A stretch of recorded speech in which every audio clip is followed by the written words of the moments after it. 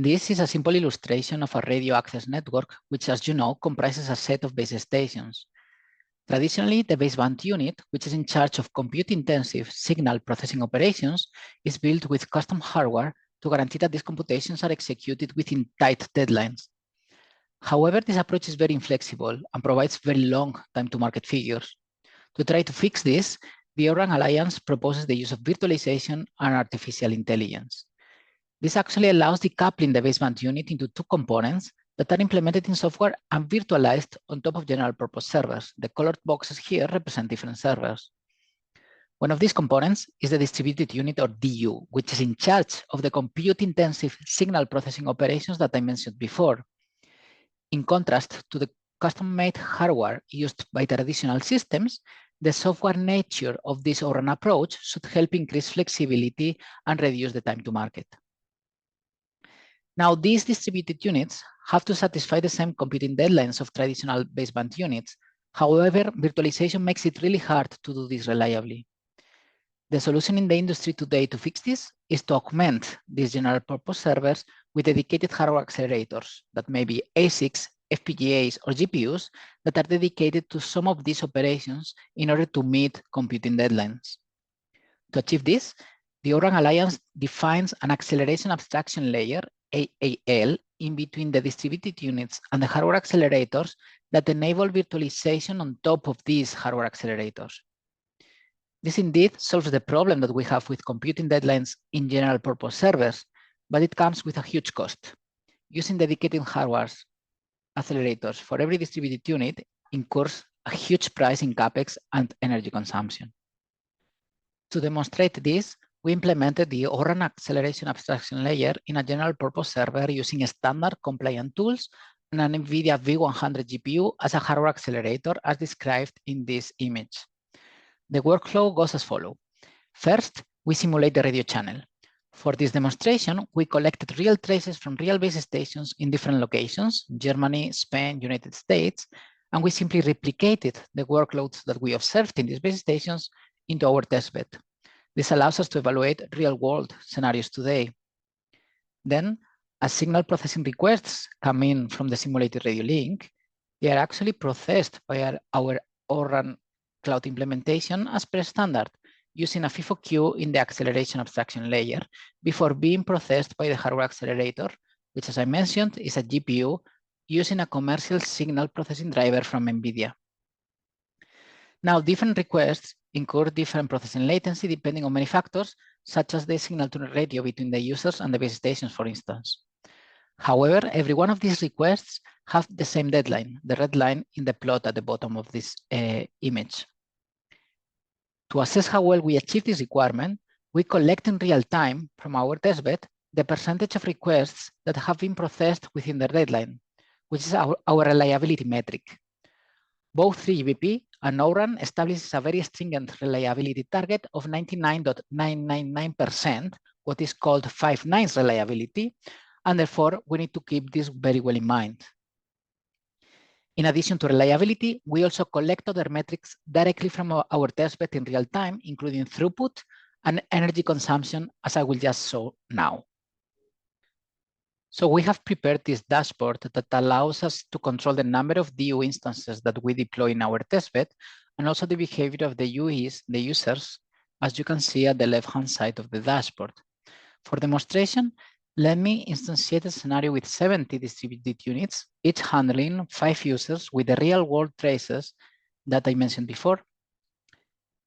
Now let me click on Start, and now the dashboard will also show a number of plots collecting metrics in real time from the testbed from our O-RAN cloud implementation.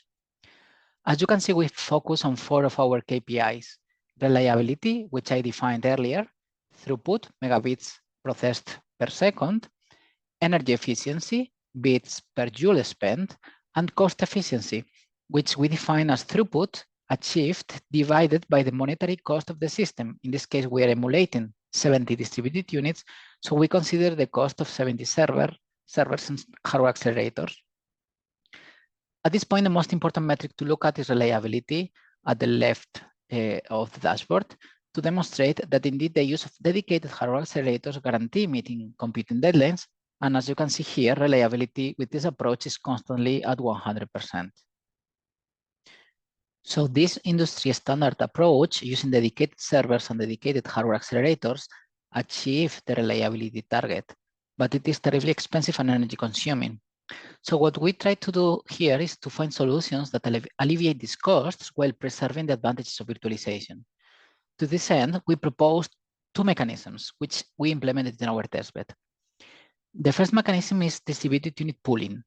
Instead of dedicating a single server and a single hardware accelerator for every distributed unit as shown here, we propose sharing hardware accelerators among multiple distributed units as illustrated in this new image in the screen.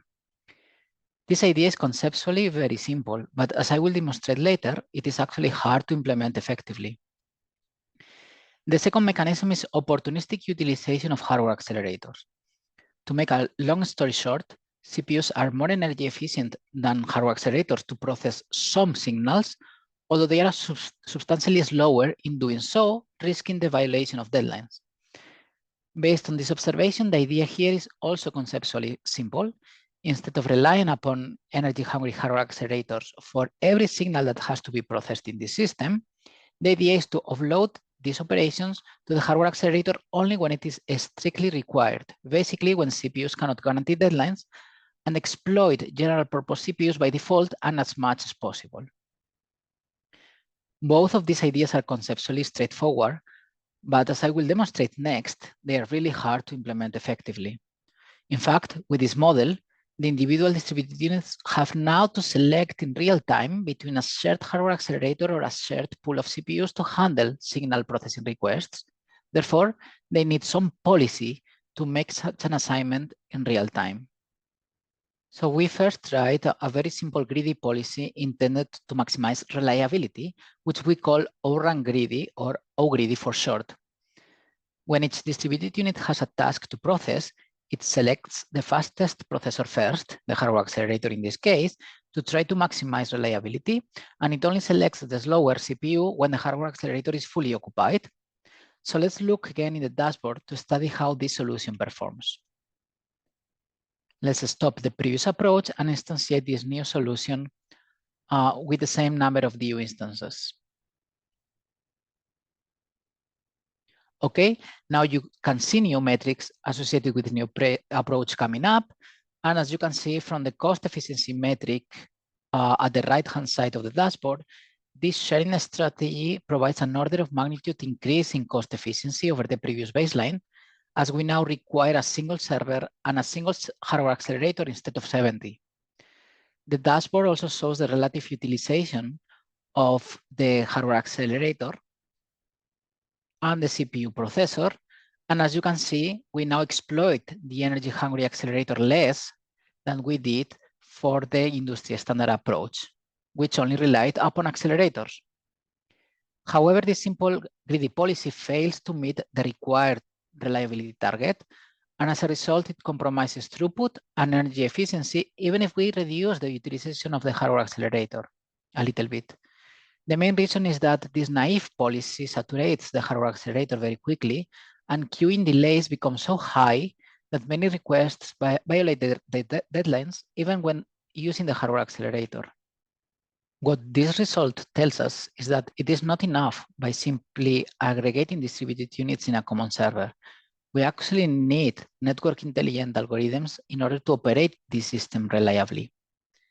With this in mind, we integrated a simple network intelligence solution in the distributed units to make smarter decisions, an approach that we call vRAN minimum waiting time, or OMWT for short. Now, when each distributed unit has a task to process, it first predicts the time it would take on either processor, hardware accelerator, or CPU, and selects the fastest path then. I won't provide here all the details, but suffices to say that the machine learning models employed here are tailor-made for extremely fast inference, as distributed units have to make these predictions in real time. So let me instantiate the same number of distributed units that we had before, but now using this new solution. All right, as you can see from the data that is now coming up, this simple intelligence multiplies reliability by a factor of 2. Moreover, because it reduces the utilization of the hardware accelerator to around 47%, it also improves energy efficiency by a factor of 4 over the previous approach. However, this solution is still not good enough because our reliability target is 99.999%, 5 nines, which is still far from the performance that we achieve with this new solution. So with this solution, distributed units are indeed more intelligent when using the Orange Cloud platform. The problem is that the distributed units just don't have enough information to make the best possible predictions because they can't see what the other distributed units are doing. To solve this, we proposed a new architectural amendment to the Orange Cloud architecture, which we call Acceleration Abstraction Layer Broker. And it is in this broker where we actually place our network intelligence function. On the one hand, the broker behaves as a single processor from the perspective of the distributed units. So the broker collects all the requests from the distributed units and have full information to make predictions. On the other hand, from the perspective of the processors, the broker behaves as a single virtual distributed unit actually doing the allocations. This allows the same network intelligent algorithm that we had before, minimum waiting time, to make better predictions because the solution has more information now. We call this approach coordinated minimum waiting time, or CNWT. So let's see how that performs in our testbed.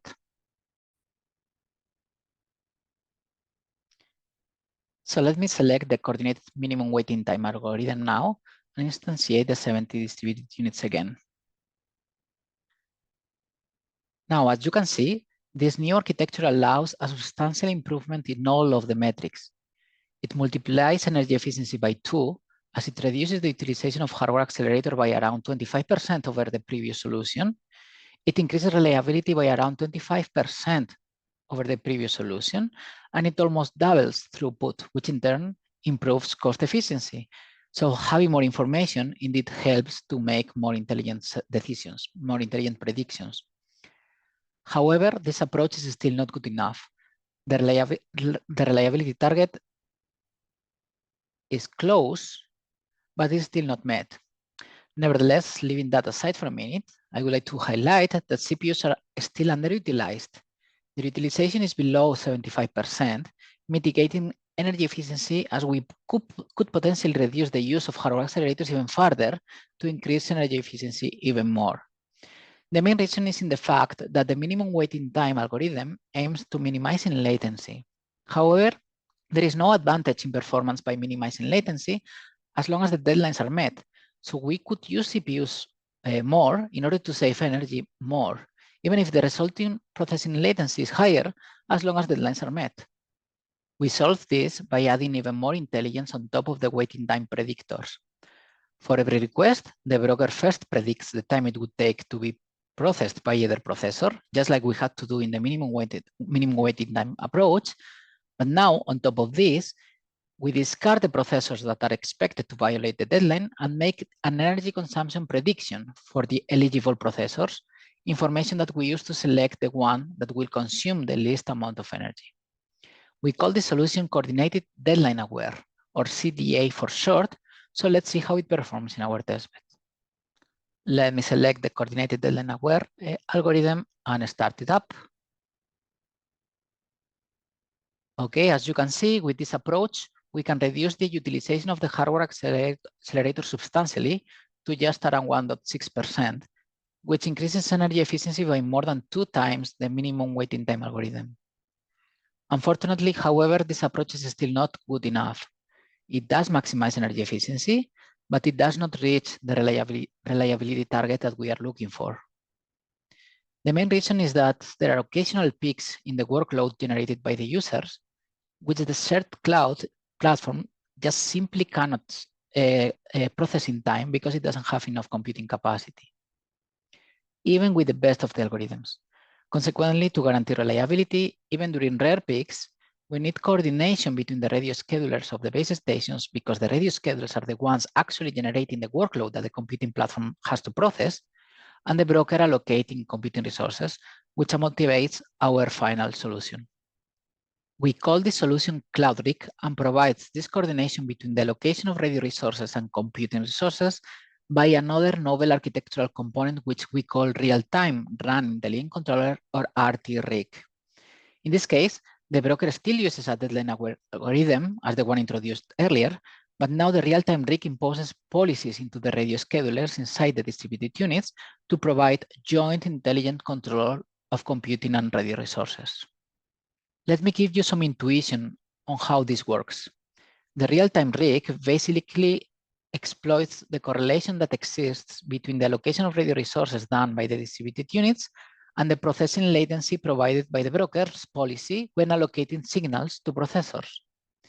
Very simply put, using yet another machine learning-based predictor, the real-time RIC predicts when there is a deficit of computing capacity that would risk meeting deadlines, and it slightly delays the allocation of these radio resources to guarantee that the system is always operated within its capacity region.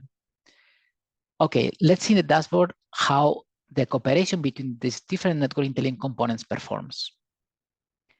Let me stop the previous approach and start CloudRIC app. Metrics are coming up, and as you can see, CloudRIC achieves the same reliability performance of the industry standard approach without barely compromising on the other metrics achieved when there is no real-time RIC in place, confirming that CloudRIC is a great solution that guarantees reliability while maximizing cost and energy efficiency. Inspired by these results, Origami envisions a combination of artificial intelligence and real-time coordination between the computing fabric and the network functions in order to shape the future of network function virtualization for mobile networks. To this end, Origami will propose two new architectural components to build a next-generation compute continuum layer, or CCL. The CCL broker, which routes computing tasks between network functions and abstracted processors, and the CCL controller, which provides compute-aware policies to network functions enabling such coordination. With this architecture, Origami aims at enabling AI-powered real-time coordination between network functions and computing infrastructure, and as a result, Origami shall provide a compute continuum framework that guarantees reliability and boosts energy and cost efficiency for the next generation of mobile networks. Thank you for listening.